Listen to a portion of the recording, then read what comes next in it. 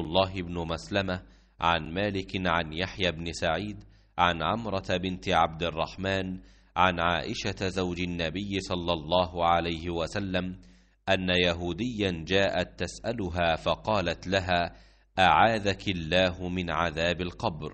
فسألت عائشة رضي الله عنها رسول الله صلى الله عليه وسلم: أيعذب الناس في قبورهم؟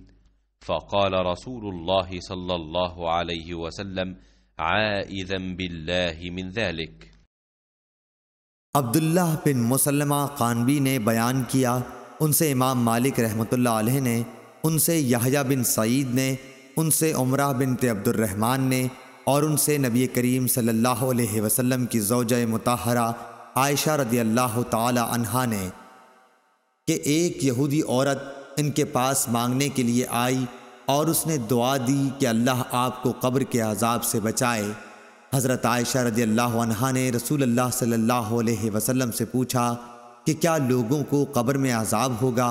इस पर आप सल्लल्लाहु अलैहि वसल्लम ने फरमाया, मैं अल्लाह ताला की उससे पनाह मांगता हूँ। सही बुखारी हदीस नंबर 1049।